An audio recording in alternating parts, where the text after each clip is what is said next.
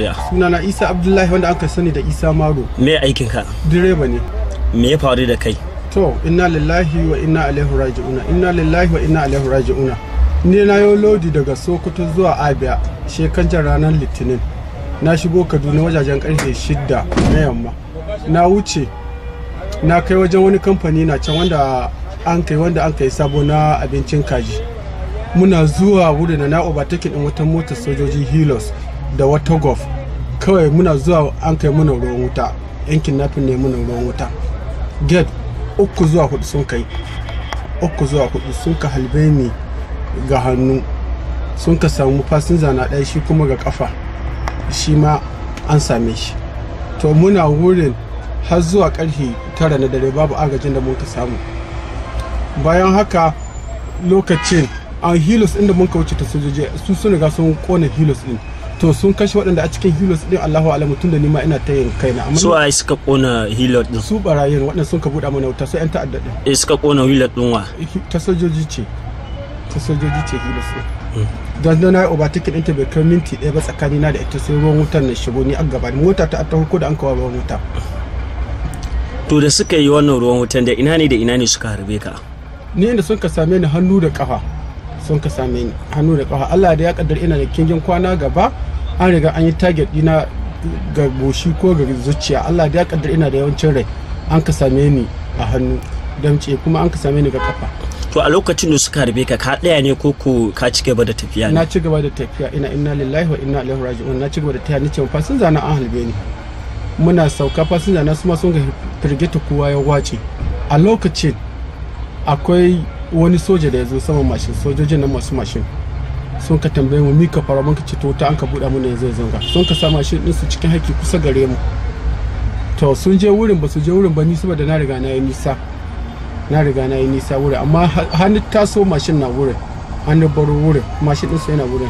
To amma da suka harbe ka a kafa da hannu baka ji wani zafi wanda har kai kokarin ka ja motar baka tsaya ba? Na ji zafi na ji hannu na ya sauka. Hannun bai aiki na amfani da hannun ɗaya da ikon da Allah ya bani na ina da kirgin kwanar rayuwa kuma al'ummar da na ɗauko ba su shiga cikin wani yanayi ba Allah ya kare mu gabaki ɗaya. Al'ummar sun kai nawa a cikin mota? 18 a ciki. A cikin mota? A wani hannu 18 a ciki. To amma sai da ka je ina ne ka tsaya?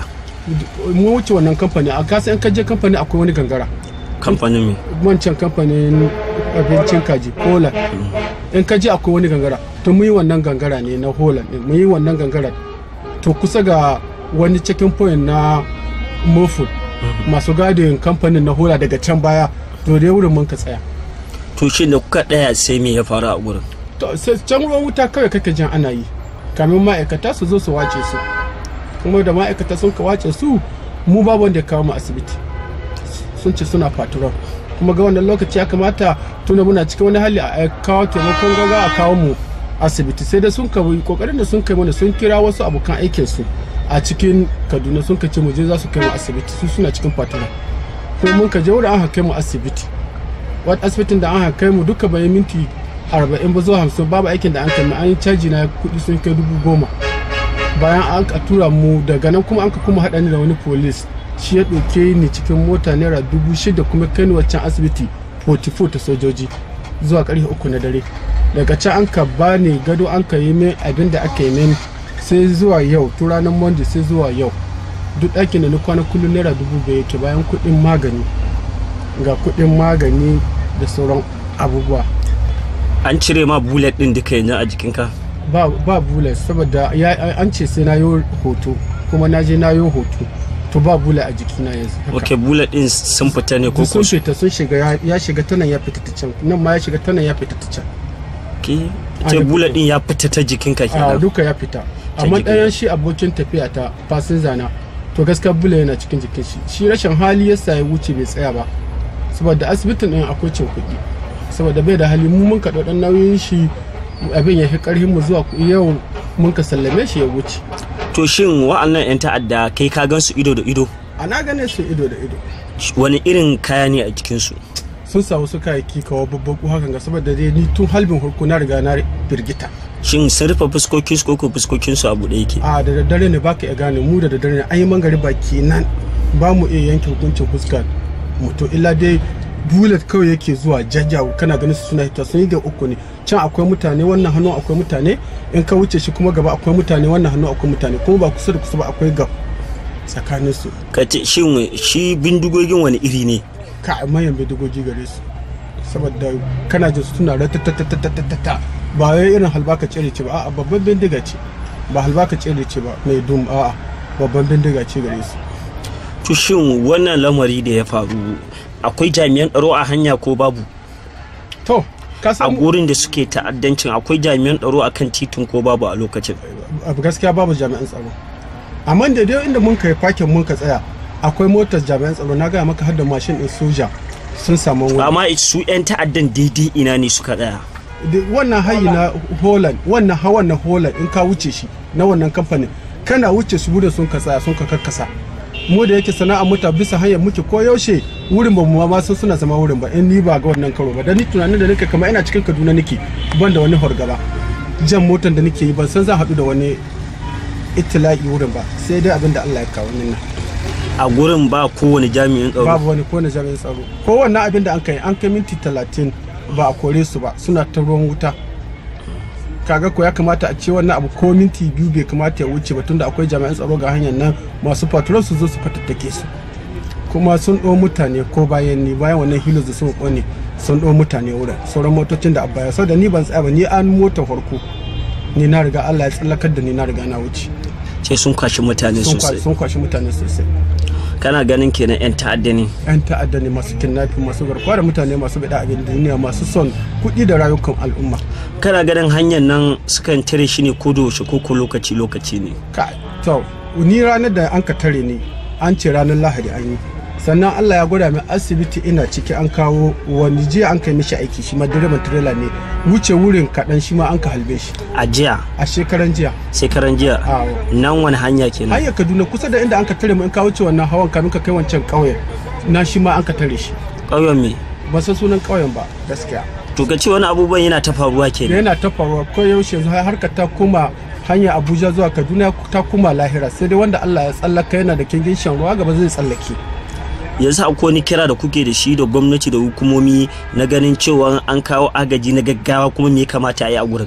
To ni da shawara da nake so in ba su ko kiran nake wa gwamnati mu al'umma muna neman abin da mun kaci ne muna son mu tafi cikin kwanciyar hankali mu dawo cikin kwanciyar hankali ya kamata gwamnati ta ɗau mataki game da waɗanga 'yan ta'adda ba nan ɗaya ba haka muka fama da su mu direbobi haka muka fama da su muna tallar rayukanmu wajen neman abin da mun kaci yau in abu bai zo gare ka ba gobe zai je ga dan uwanka ko abokinka ko wanda ka sani ka ji an ce ya rasu kaga muna son gwamnati ta ɗau mataki game da 'yan ta'addan ga Allah ya ba ta sa'a ta karya lagon su mu samu kwanciyar hankali ka bi hanyar Kaduna kamar za ka shiga masallaci. Wannan hanyar me kake so ya zan a kawo a gurin? To gwamnati ta hini sani abin da ya kamata ta yi dangane da tsaro ta hini sani. Inda ka bayyana cewa ba jami'an tsaro a gurin yanzu kuna roƙo a kawo jami'an tsaro ne guri na dindindin? Na patrol na dindindin bai yi na patrol waga ta ɗauka daga sakan 5 ko 6 wata ta biyo baya. Ta wuce saboda suna yi suna nasu tage su ma suna sa fasahohi ga nasu ayyuka suna sa fasahohi suna canza tsari ba su tsaya waje daya kenan in waga mota ta wuce ta sojoji wata ta zo wata da ta biyo bayan ta zuwa mintuttuka wata ta biyo gwamnati ta yi hankuri ta kashe ma al'umma kuɗi sane dangane da mu samu kwanciyar hankali ta biya ba su kayan aiki da kuɗin mai koshi suna tafiya suna dawowa. To shi anan an kashe mutane a wannan gurin? An kashe amma ni ban sa abin da an kashe ba dan ban da diga ni ina ce ina ta kaina amma ai hasarar rayuka waɗannan sojojin Allah ya hidda su bai hidda su ba Allahu alamu amma an kone hilas din su kuma kai ga nauni ni ga nauni ba jiyo ba. To yan cikin motan ka ko wanda ya mutu? Ba wanda ya mutu sai mutum ɗaya kawai an ka halba ba wanda ya mutu mutum ɗaya kawai an ka halba na kusa gare ni na tsakiya. Shi da mun ina jeje za mu je Abia mun taso daga Sokoto zuwa Abia. su ma mutanen can za su tafi? Duka can za mu je lodin Abia ne mutu. Ok ba kana hanyar dawa bane kana hanyar tafiya ne abin ya faru. To yanzu a ƙarshe me saƙonka? Saƙona ga gwamnati har yanzu kira na dai ta ɗau mataki dangane daga wannan hanya saboda hanyar ta kuma kamar lahira.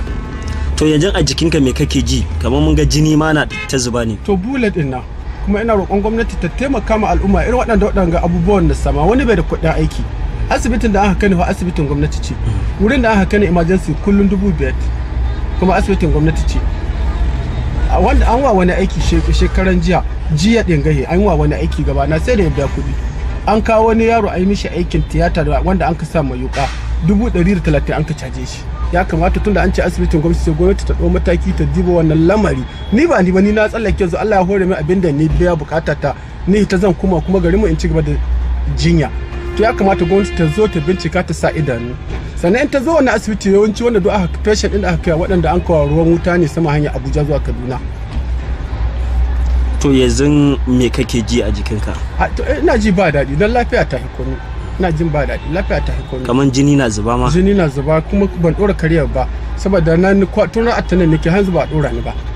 Ina cin kuɗi yanzu ni yanke mu kaina shawara da ni da ƴan uwana za mu koma gida in jinya. Can su suka sallame ku? Ni da na rubuta ina neman transfer sun ka sa ni rubuta takarda ne ba su nisa hannu sun ka sallame ni. To yanzu kenan zaka can wani gari kake? Sokoto nake. To Allah kiyaye. Amin, nagode. Assalamu alaikum jama'a, sunana Zainab Magaji, jaruma a cikin shirin ruhin tausayi. Ku ci gaba da kallon tashar Mai Ganga TV domin faɗakarwa da nishaɗantarwa da kuma ilmantarwa. Na gode.